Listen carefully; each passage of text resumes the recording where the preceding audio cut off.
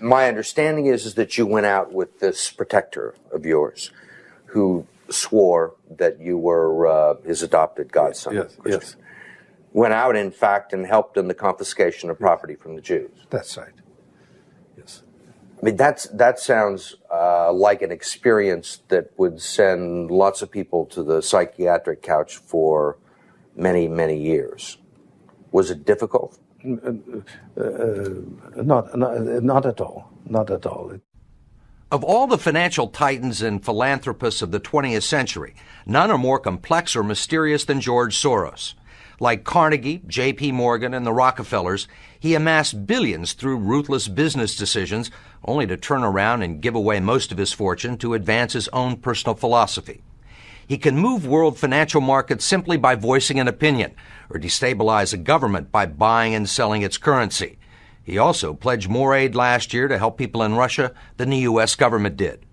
But now George Soros is worried. He thinks the global economy is coming apart at the seams, and that the world needs to be protected from people like George Soros. We may now think that everything is fine, but the fact is that the system is broke and it needs fixing. What you're doing is asking some form of regulation to protect the world against you. Well, I am a player, and I think all players should be regulated. There have to be rules of the game. Take 81,000 to buy 48,000. Buy him 69,000 YUM. Right now, his Quantum Group hedge fund moves $14 billion of rich investors' money around the world every day, looking for profits and answering to no one. Soros makes huge bets on whole countries and economies. Last year, when he saw cracks in the Asia boom, he began selling the currency in Thailand. Traders in Hong Kong followed suit, triggering a financial crisis that plunged much of Asia into a depression. In the last 2 years, you've been blamed for financial collapse of Thailand, Malaysia, Indonesia, Japan, and Russia. All of the above. All of the above. Yeah. Are you that powerful? No, I think there's a great misunderstanding. The Prime Minister of Malaysia said that the region spent 40 years trying to build up its economy, and along comes a moron like Soros with a lot of money, and it's all over. He called you a criminal. It's easier for him to blame an outside force than to admit that they were mismanaging their economy and their currency. The French finance minister talked about hanging speculators from lampposts. Soros says the Asian currencies would have collapsed even if he hadn't been in the market. They were overvalued. He says people tend to follow his lead because he's been so successful. I think that I've been blamed for everything. I am basically there to make money. I cannot and do not look at the social consequences of what I do. This man is a carnivore of the first order. Jim Grant is the editor of Grant's Interest Rate Observer and one of Wall Street's most respected analysts. He never tires of watching Soros, in part because of the huge bets he's willing to place on his hunches. He has always amazed the people he's worked with at his audacity and his willingness to back up his commitments with enormous sums of money. It causes the blood to drain from ordinary mortals' faces. Like risking $2 billion in Russia. When the Russian market began falling apart in August, Soros was the country's single largest investor. He called the U.S. Treasury and asked Uncle Sam for $7 billion to prop up the ruble. When U.S. officials failed to intervene, Soros wrote a letter to the Financial Times of London saying he thought the Russian currency should be devalued by as much as 25%. A few words from Soros were enough to cause panic selling that fueled the crash. What's it like to have a statement that you make have such serious, grievous consequences? I mean, you can, it looks to me like in a number of situations, you can take a position against a currency or make a statement, and the whole country falls apart. Well, it's a tremendous sense of responsibility, actually. And it's also a humbling experience because I am actually trying to do the right thing, and sometimes what I do has an unintended negative consequence, as it did in Russia. For both the Russian middle class and for Soros, who lost his $2 billion. Whatever his motivations, no one can accuse him of greed. He's backed away from the day-to-day operation of his businesses and is giving away his billions now with the same determination that he made them in places like Haiti, a country that has less money in the bank than he does. Last month, he brought the First Lady with him for a look at some of the projects his foundation is funding. This is Mr. George Soros, and he's going to be helping the hospital. This year, Soros plans to give away almost $500 million around the world. In Bosnia, when the water supply to Sarajevo was cut off at the height of the siege, it was Soros who wrote a check to jury-rig a pipeline through an abandoned highway tunnel. $5 million up front can be more valuable than $50 million a year or two later. Ambassador Richard Holbrooke brokered the peace in Bosnia. At one point, after the Dayton peace agreements in Bosnia in 1995, for a considerable period of time, George had given more money to implement the peace agreements than the U.S. government had. He just could move that fast. In Russia, he pledged $100 million to help scientists who might otherwise have sold their expertise to bidders like Iran or Iraq. In Eastern Europe, he's educated a new generation. And in Ukraine, he spent millions retraining the old Soviet military. At the center of George Soros, there's an inherent contradiction. Which is? Which is, on one hand, you're the capitalist who does not care about the social consequences of his act, and on the other hand, you are a philanthropist who cares only about social consequences. How do you resolve the two? Recognizing that as a competitor, I've got to compete to win. As a human being, I am concerned about the society in which I live. Which George Soros am I talking to now? The amoral George Soros or the moral George Soros? It's one person. It's one person who at one time engages in amoral activities and at the rest of the time tries to be moral.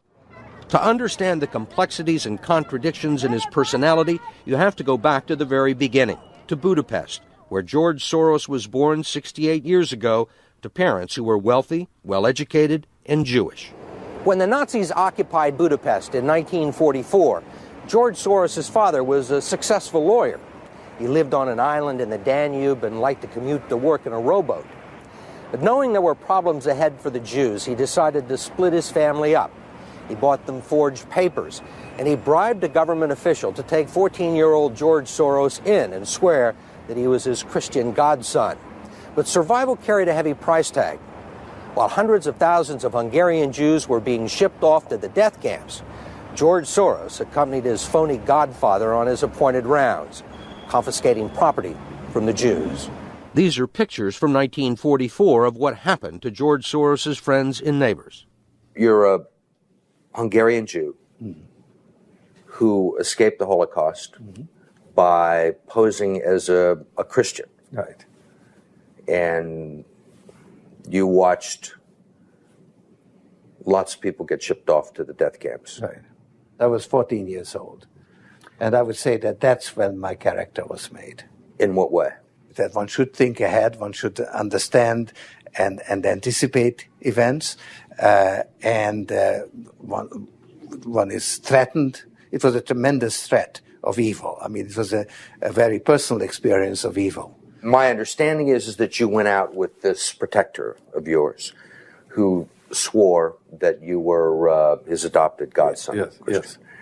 Went out, in fact, and helped in the confiscation of property from the Jews. That's right. Yes. I mean, that sounds like an experience that would send lots of people to the psychiatric couch for many, many years. Was it difficult? Not at all. Not at all. Maybe as a child you don't see the connection, but it created no problem at all. No feeling of guilt. No. For example, that I'm Jewish, and here I am watching these people go. I could just as easily be there. I should be there. None of that. Well, of course, I could be on the other side, or I could be the one from whom the thing is being taken away. But there was no sense that I shouldn't be there, because that was, well, actually, funny way, it's just like in markets, that if I weren't there, of course I wasn't doing it, but somebody else would be taking it away anyhow. In other words, whether I was there or not, I was only a spectator, the property was being taken away. So I had no role in taking away that property. So I had no sense of guilt. Are you religious? No. Do you believe in God? No. Soros told us he believes God was created by man, not the other way around, which may be why he thinks he can smooth out the world's imperfections. When we went with him to Ukraine, he was treated like a visiting head of state and was received by the president. Then he was received by the prime minister and finally the central bank. 20% in cash. They even allowed him to look at the books and asked him for advice. Lots of people want George Soros' advice. Most recently, South African President Nelson Mandela. Actually, President Mandela asked me, how could South Africa protect itself against speculators like you? And I told him, I wrote him a memo, trying to give him the best advice I could, how to reduce the exposure of South Africa to speculative attack. That's the old stop me before I kill again approach, right? Well, you're telling this is what you can do to stop me. Whether I or somebody else does whatever is happening in the markets, it really doesn't make any difference to the outcome. I don't feel guilty because I'm engaged in an amoral activity which is not meant to have anything to do with guilt. Part of the reason he is so rich is that the Soros hedge funds operate offshore in the Netherlands Antilles to avoid scrutiny by the Securities and Exchange Commission. So even while Soros tells Congress and the Treasury that hedge funds must be regulated to stop the global crisis, he's avoiding the rules. Why is it that Americans can't invest in the quantum fund? It's an offshore fund. Why is that? Because the fund is not registered with the Securities and Exchange Commission.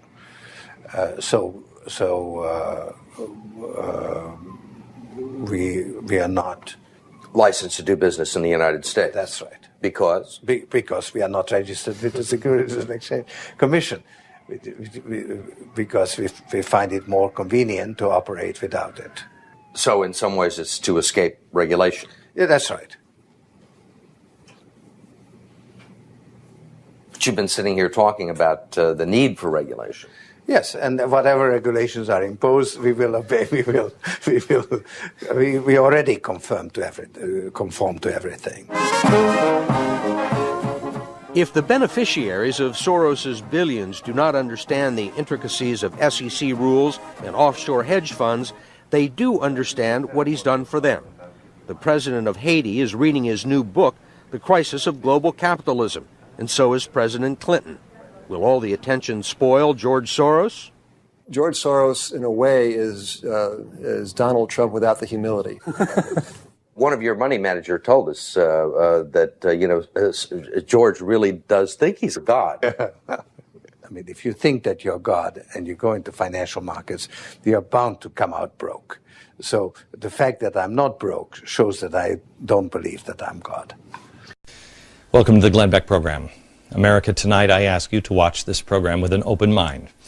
I ask you to put your partisan differences aside and really listen, and then do your own homework. Don't take my word for it. Research yourself. This is far too important. The topic tonight and tomorrow night, George Soros. There are things that are happening in this country that don't make sense. Van Jones said something that bothered me over the summer. I mean, he said a lot of things over the years that have bothered me, but one comment in particular over the summer stuck with me, and it was this. You handle the top down, but it's also bottom up and inside out. Top down, bottom up, and inside out. So now your challenge as you leave here, our challenge, is to take care of that bottom up part and that inside out part, the heart part. That's bothered me because I know who this guy is. He's a communist revolutionary, a guy who pined for the days of Stalin. The Iron Curtain went down. Something's wrong there. Well, it really bothered me until recently when I started looking into all the George Soros connections and the size and the scope of his reach. And let me tell you something. I said to you, read up on George Soros. There's plenty of ways to read about him. These are all books about George Soros, many of them written by him. So there's no shortage of information. And read them. Read them. The comment doesn't bother me anymore. I understand what it means. And that's why that comment now frightens me. And I will put it into perspective tonight and tomorrow. I'll pull back the curtain and reveal what that actually means. And it will terrify you. There's a couple of other things that you'll understand. First of all, in 2003, Soros and a partner funded the new $5 million liberal group, MoveOn.org. Well, MoveOn.org, what exactly is that? Well, you remember it. This is the group that originally called General Petraeus General Betrayus. It was despicable. Well, who had they tapped for the executive director of MoveOn.org? This guy, Zach Exley. I've never heard of him before. Do you know who he is? Well, he previously had trained activists for the anarchist group, the Ruckus Society. These are the riots in Seattle, helped orchestrated by this guy. More on that in just a minute. Oh, by the way, he's also a blogger for the Huffington Post, which is interesting because the Huffington Post gets money from George Soros. Oh, and he's also a fellow with the George Soros Open Society Institute. Violent radicals. Oh, and by the way, it's just not that phrase that came.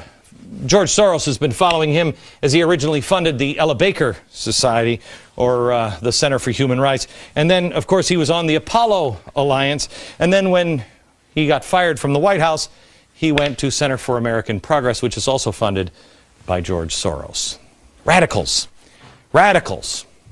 Oh, the Open Society Institute, in case you don't know what this is, don't worry, you will in the next couple of days. The Open Society Institute is George Soros' most important group. It is really spectacular. It is his philanthropist arm. This is where he looks for Mother Teresa to give out his precious money. And boy, did he find Mother Teresa. Well, not exactly. He found, to head this organization, the founder of the violent activist group SDS, Students for a Democratic Society. You don't know what they did in the 60s? You will. One string, $425 million every single year. The strings that are being pulled by the puppet master.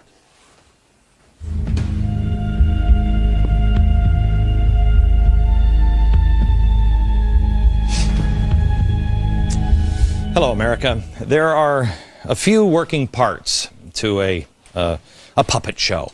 There is the puppet master here. There's the stage. There's the audience. There are the strings to each puppet. And then there's the story. But there's also why. Why is the story? Why is the show happening? What is the puppet master? What is his motivation? Is it for the money? Is it for entertainment? Is it personal gain? What is it? Make no mistake, we are watching a show. The stage is the world. It's television, it's newspaper, it's speeches, it's the political elections, it's what's happening in Washington. You are the audience. And like any good show, they do have one goal in mind. They want you to feel something. But most shows don't have a hidden meaning behind it. They just want you to laugh. They want you to be entertained. This one, not so much. At the end of the show, you have a choice to make. They want you to get up from your seats. Of course, they have in mind what they are planning on you choosing, and they are just using this stage to try to make the case and convince you of it. It's really propaganda. Here's the propaganda book. Here it is. This is actually from one of Wilson's. Nasty, nasty guys. This is the book that I've told you before on propaganda that Hitler used. Goebbels. I just want to show you in propaganda, this is D. Now this is what's taught in schools. D. Democracy is administered by the intelligent minority who know how to regiment and guide the masses. That's great. This is Edward Bernays. Let me give you the whole quote here. He says, the conscious and intelligent manipulation of organized habits and opinions of the masses is an important element in a democratic society. Those who manipulate this unseen mechanism of society constitute an invisible government, maybe almost a shadow government, remember that, which is the true ruling power of our country. Do we have a shadow government? Answer it now, remember how you answer it, and then answer it again after today's show and tomorrow's show. The question is, do we have a shadow government? And if we do, who are those intelligent minority that is guiding us through? And where are they guiding us to? If you skip past all of the puppets and the strings, if you stop looking at the puppets themselves, you have to see who's behind the puppets. Who is choosing the puppets and the players? Who's the puppet master? George Soros. Now, I am sure that this will be called a conspiracy theory, and quite honestly, a year ago, 2 years ago, I wouldn't have believed it myself. But it is right out in the open. I encourage you, do not take my word for this. Do your own research, and don't go to conspiracy websites or anything else. Go to his own books. Go to the biographies written about him. Go to things that are well documented, like 60 Minutes. Things that are well known for their accuracy. We have all of the materials that put this show together at glennbeck.com and in my free email newsletter. I want you to see the footnotes on this program. Do not take anything I say as gospel tonight. I want you to decide for yourself. I want you to question with boldness. Is George Soros a man who says, yes, you will be perfect and you will be perfect? Is he really a puppet master? And if he is, how does he control? How does he control? Well, let's start with this. Let's just take a couple of examples here on what George Soros has said and then see if there's any connection to anything. Soros spoke at Columbia University. He talked about an urgent need for campaign finance reform. I want you to remember, questioning our elections is important to George Soros. You'll understand in about 20 minutes. Well, he wanted to have campaign finance reform. He thought it was important. He spoke at Columbia University about it.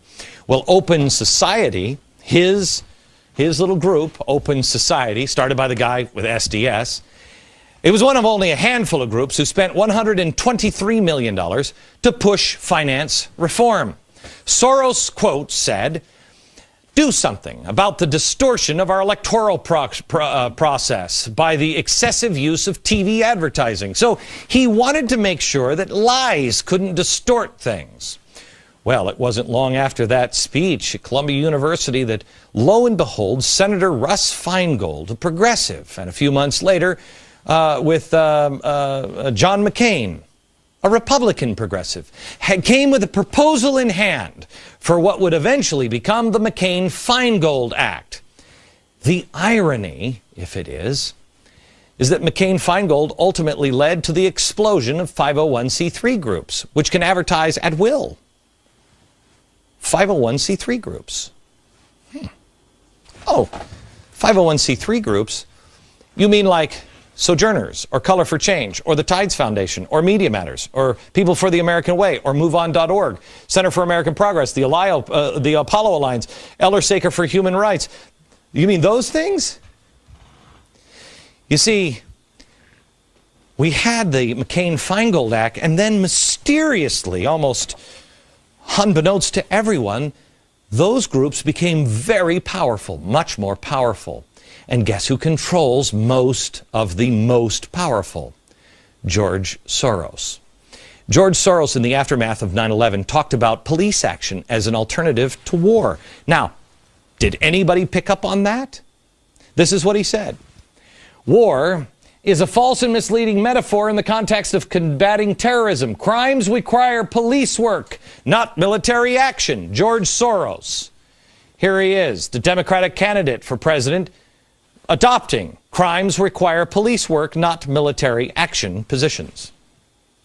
What we've learned is that the war on terror is much more of an intelligence operation and a law enforcement operation. The war on terror is far less of a military operation. and far more of an intelligence-gathering law enforcement operation. And that's what we have now in our office. Starts with George Soros. Days after President Obama was elected, George Soros again set the agenda.